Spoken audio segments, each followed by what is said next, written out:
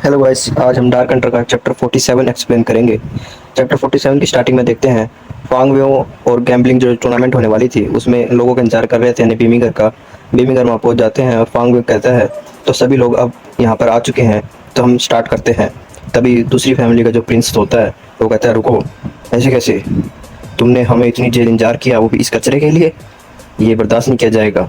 तभी बूढ़ा साहब पीछे से गुस्सा हो जाता है, तुमने कचरा किससे कहा? ये बदले चेहरे दिखने वाले इंसान।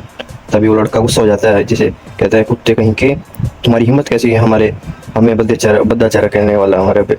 तभी वो अपने प्रिंस को कहता है बॉस, और उसका प्रिंस उसे कहता है हाँ शियांग, अभी रुक जाओ, पीछे हो जाओ।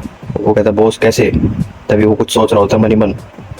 तभी वो बीमिंग से जाकर पूछता है, मैंने सोचा नहीं था तुम्हारी इम्पोर्टेंस इतनी ज़्यादा है, तुम्हारे लिए पूरी टूर्नामेंट रोकी जाएगी, पर तुम्हें यहाँ पर लेट आने पे और तुम्हें अपने लॉर्ड को इसे इंतजार करवाने के लिए मैं तुम्हें आज पनिश तो ज़रूर करूँगा। वो अपनी बैटल स्पिरिट को ज़रूर बाहर निकालता है, जो कि स्केलेटन टाइप का स्नेक होता है, और तुम्हें एक्सप्लेन करना होगा तुम यहाँ पर क्यों लेट आए हो। तभी सभी लोग चौंक जाते हैं उसकी बैटल स्पिरिट को देखकर। तभी ब्लैक विडो कहती है ये तो द सोअरिंग नाइन कॉर्प्स पाइथन है। तभी वहाँ पर लोग खड़े और जो होते हैं, जो बीमी के साथ आए होते हैं पेट्रियार्की, वो कहते हैं तभी तो इसको लिटिल यानी यंग लॉर्ड कहा जाता है। इसके पास तो ये तो dead even his battle spirit look beastly, इसकी तो बैटल स्पिरिट भी बहुत ताकतवर है। बीमिंग कहता है अच्छा, तुम्हें मुझसे सफाई चाहिए? अगर हिम्मत हो तो लेके दिखा दो। अगर मैं भी तुम्हारे पाइथन का सर धड़ से अलग ना कर दूँ तो वो भी मेरा नाम बदल देना। तभी वो दोनों गुस्से में आ जाते हैं, प्रिंस और उसका चेला, कि तुम्हारी हिम्मत कैसे हुई अपने हमारे प्रिंस से जवान लड़ाने की? तुम आखिरकार जीने से उब गए हो, आज तुम्हें मरना ही होगा, नाउ डाई। उस पर कुछ चलता है मारने के लिए उसका जो प्रिंस का चेला होता है। तभी जो फांग भी होता है वो उन्हें रोक लेता है उनकी लड़ाई को, और उसके हाथ को मोड़कर जमीन पर दबाने की कोशिश करता है, पर वो लड़का कहता है हाँ अच्छा, और वो उसके आवार को ब्लॉक कर देता है और पीछे बैक ऑफ करता है और उसको किक मारता है। फांग भी उसकी किक को ब्लॉक कर लेता है आसानी से। तभी फांग कहता है और उसको दूर भगा देता है जो दूसरा लड़के प्रिंस होता है। तभी वो दूर जाकर फाइटिंग पोज ले लेता है और अपनी बैटल स्पिरिट को बाहर निकाल लेता है फांग व्यू से लड़ने के लिए। तभी फांग व्यू और वो लड़का प्रिंस दोनों एक दूसरे को देख रहे होते हैं। फांग व्यू कहता है हम यहाँ पर आज इस गैम्बलिंग टूर्नामेंट के लिए हुए हैं, हमें अपने पहले के वेंजेंस और किसी तरह की एक्सप्लेनेशन की कोई जरूरत नहीं है। हमें अभी इन पचड़ों में नहीं पड़ना, हमें सिर्फ टूर्नामेंट का मजा लेना है। हम इस टूर्नामेंट का ऐसे ही मिस आउट नहीं कर सकते। तभी वो प्रिंस भी कहता है वेल देन लॉर्ड, मैं आज तुम्हारी इस चुचिंदर की लाइफ को बख्श देता हूँ इस थोड़ी समय के लिए।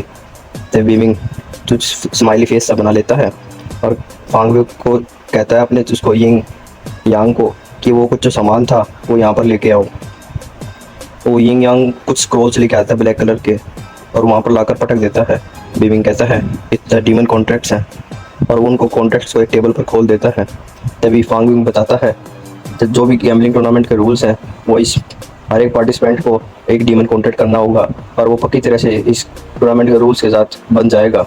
जो भी पर्सन 9th लेवल इस डिफाइनिंग टावर में जीतेगा उसे डिफाइनिंग टावर मिलेगा, और जो सबसे पहले 9th लेवल पर डिफाइनिंग टावर के पहुंचेगा और वहाँ के झंडे को उठाएगा वो विनर घोषित कर दिया जाएगा, वो भी 1 घंटे के अंदर अंदर, और जो जीतेगा उसे डिफाइनिंग टावर मिल जाएगा। और तभी फांगुन कहता है और हारने वाले को हमारी फैमिली का हमेशा के लिए एक स्लेव बनकर रहना होगा, ये स्टीवन कॉन्ट्रैक्ट में बताया गया है। तभी सारे लोग चौंक जाते हैं, तुम्हारा स्लेव? ये फेयर नहीं है, ये फेयर नहीं है। कहता है उसको कुछ पता चलता है कि हमारे पास एक वो नहीं है मास्टर, 7th मास्टर, हमारे पास एक स्क्रॉल की कमी है। तभी वो एकदम चौंक जाता है, इस तरह से तो प्रिपरेशन यानी कंप्लीट नहीं मानी जाएगी, क्या करूँ? तभी सभी लोगों को भी पता चल जाता है कि प्रिंस के पास एक कॉन्ट्रैक्ट की कमी है, इस तरह से तो टूर्नामेंट नहीं होगी। तभी फांग यांग वो पिंक एयर वाली लड़की को कहता है शियान को कि शियान तुम देख लोगी इसको? तो शियान कहती है ये मुझ पर छोड़ दो। तो वो उधर की तरफ लगाती है बूढ़े साहू के दादा की तरफ जो पेट्रियार्की थे उनमें से, और कहता है हे तुम, मैंने तुम्हें चुना है, इधर आओ। कहता है कंग्रेचुलेसन, तुम लकी हो, तुम्हें चुना क्या है, तुम पार्टिसिपेट नहीं करोगे इस गैम्बल टूर्नामेंट में। और उस पर हमला कर उसे मार देती है कि अब बराबर हो गया हिसाब किताब। बूढ़े साहब का दादा चिल्लाता है हे विच, तुम्हारी हिम्मत कैसे हुई मेरे आदमी कैसे मारने की? तभी वो कहता है हमारे यहाँ पर एक कॉन्ट्रैक्ट की कमी हो रही थी तो मैच स्टार्ट नहीं होता, इसलिए हमें बराबर करने के लिए एक बंदे को कम करना था, तो मैंने कर दिया, अब पार्टिसिपेंट बराबर है। बूढ़े साहब को चिल्लाता है तुम्हारी हिम्मत कैसे हुई ऐसे करने की? तभी बीमिंग से रोक लेता है कि अभी रुक जाओ, ये सभी के सभी गैम्बल टूर्नामेंट के बाद देखेंगे हम इनको सबको इनका चुकता करेंगे हिसाब किताब। तभी बूढ़ा साहब चुप हो जाता है और बीमिंग कहता है Master Gu and the head of every family, Heavenly Star City, as a court of the participant. We, Oceanic Delight Mansion, will take up 4 of the slots. What do you master think? हम 4 वो slots लेना चाहेंगे इस mention में हमारे patriarchy के हिसाब से, गुडाओ गु गु और सभी मिला के। अब तुम क्या सोचते हो? सभी मास्टरों से पूछता है वो। तभी मास्टर जो पेट्रियार्की होते हैं बाकी फैमिलीज के, लोहान सिटी के, कहते हैं दिस इज, अगर तुम ये करना चाहते हो तो हम फोर्स नहीं करना चाहेंगे, वैसे भी हमारे पास इतनी बंदे ताकतवर भी नहीं है। तभी जो गुड़साव का दादा होता है कहता है little brother, the other party has clearly prepared for this tournament. अब क्या करें हम? तो कहता है हमें अपने ताकतवर बंदों को ही अंदर लेके जाना होगा। तो कहता है मास्टर, कहता है my sister Guxiang and the crazy bread Jian as लोग। तभी वो बूढ़े साहब दादा कहता है जब तक तुम नहीं ये नहीं चलेंगे, जो मेरे भाई और मेरी बहन और जो उसकी फियांसी सिस्टर है ये यहीं पर रहेंगे, इनका ख्याल तुम रखना। तभी मास्टर जो गू का दादा तो कहता है तुम चिंता मत करना, जब तक मैं जिंदा हूँ इन्हें कोई हाथ नहीं लगा सकता यहाँ पर। तभी कहता है क्रेजी ब्रेड, मैं भी ये तुम्हारे साथ चलूँगी, मुझे यहाँ पर छोड़ कर क्यों जाना है? तभी सभी पेट्रियार्की और कुछ फैमिली मेम्बर्स एक एक कर उस क्रॉस कॉन्टैक्ट को उठाने लगते हैं वहाँ से। बीविंग अपना कॉन्टैक्ट उठाता है, उसमें वो फांग वुशियांग की कुछ फेंट होता है, सेंट कुछ खुशबू माने कि पुराने डीमन की। और तभी बीविंग बूढ़े साहब से उठाता है, कहता है इतनी बदबू इसमें किसकी साइन से लिखा हुआ, किसके खून से लिखा हुआ, ये इतनी बदबू आ रही है इसमें से। तो जब भी ब्लैक विडो से एक्सप्लेन करती है जो ये वर्ड्स हैं एक हेडलेस डीमन के हैं, ये उसके खून से लिखा गया है और ये बहुत ही पुराना डीमन है। तुम्हें तो भाग्यशाली मानना चाहिए अपने आप को कि तुम एक हेडलेस डीमन का के डीमन कॉन्ट्रैक्ट को हाथ में ले हुए हो। जब बीविंग देख रहा था उस कॉन्ट्रैक्ट को, अगर इसमें सोल फोर्स, इस बॉन्ड कॉन्ट्रैक्ट को बनाने में बहुत सोल फोर्स यूज की गई है, इस कॉन्ट्रैक्ट को कोई ऐसे यानी रिक्रिएट नहीं कर सकता, यानी इसको चेंज नहीं कर सकता, तो इसके सारे रूल्स को हमें ध्यान से देखना होगा। तभी बूढ़े साहब भी देख रहा होता है कि इसमें तो अगर एम्परर लेवल को भी कोई इस डीमन कॉन्ट्रैक्ट्स में बंदे रहना पड़ेगा, इस हेडलेस डीमन को तो बहुत ही पावरफुल माना गया है, इसके कॉन्ट्रैक्ट के हिसाब से हमें चलना होगा। तभी फांगू कहता है नाउ हम अब स्टार्ट कर सकते हैं। जो वो मिनिएचर डीमन रिफाइनिंग टावर ले होता उसको वो बड़ा कर देता है, वो वहाँ पर बड़ा हो जाता है और उसके सामने 6-7 गेट बन जाते हैं। तभी फांगू कहता है 8 फैमिलीज यानी 8 families after finishing preparing representative, अब आप टावर के अंदर जा सकते हो।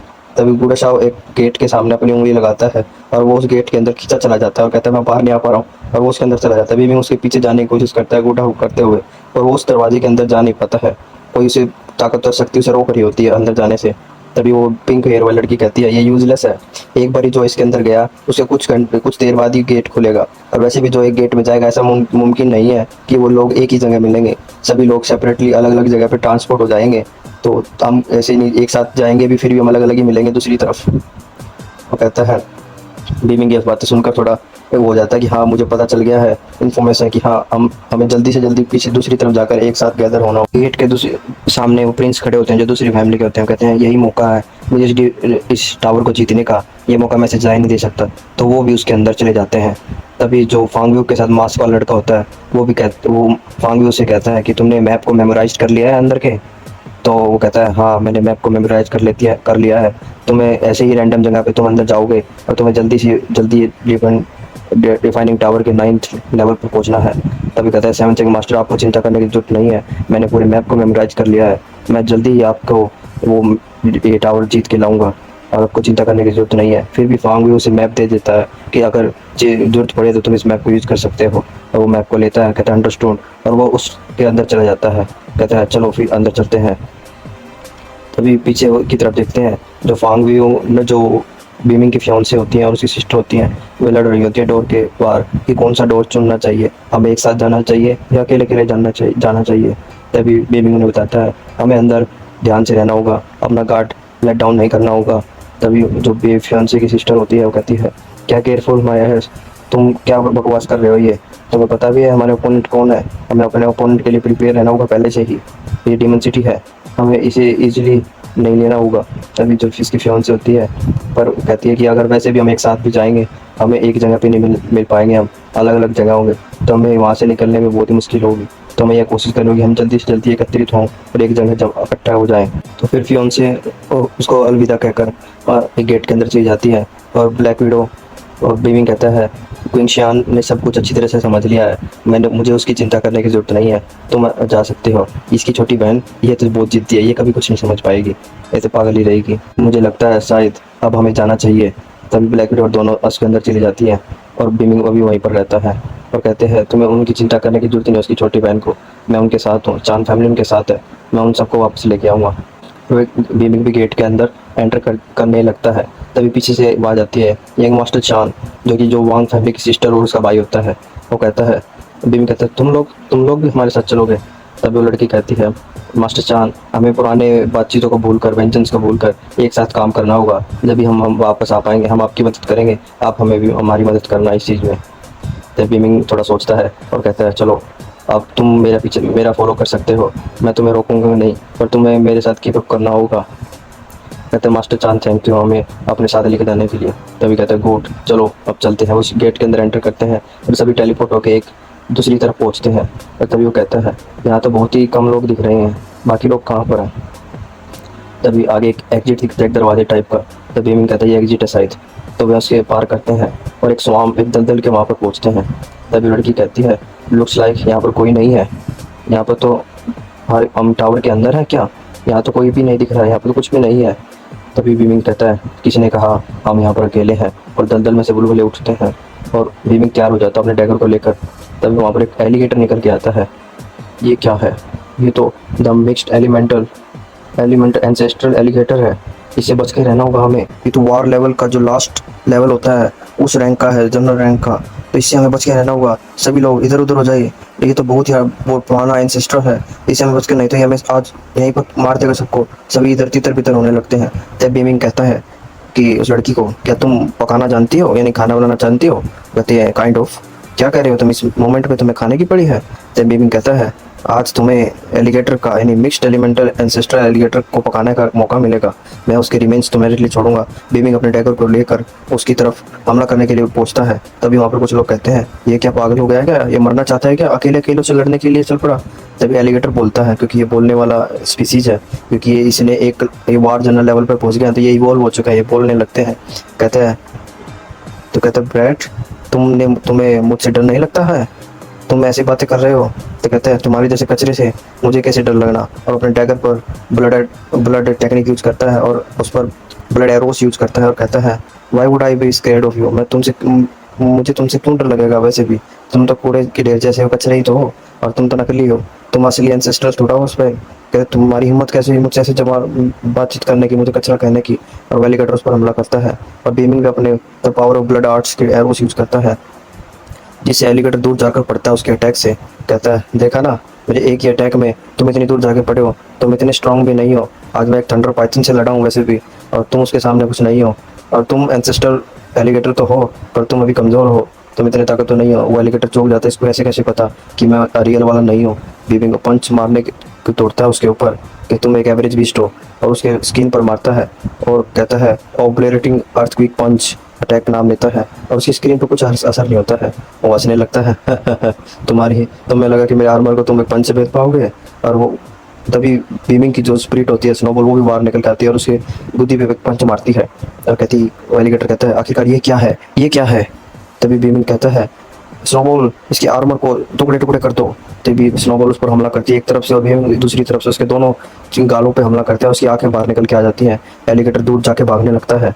कहता है, तुम दोनों की हिम्मत कैसे हुई तुम्हें मुझे बेयर हैंड फाइट करने की, तुम कैसे मेरी स्किन को उधेड़ना चाहते हो मुझसे, तुम ऐसे पॉसिबल नहीं है। बीबिंग फिर उस पर हमला करने के लिए दौड़ता है।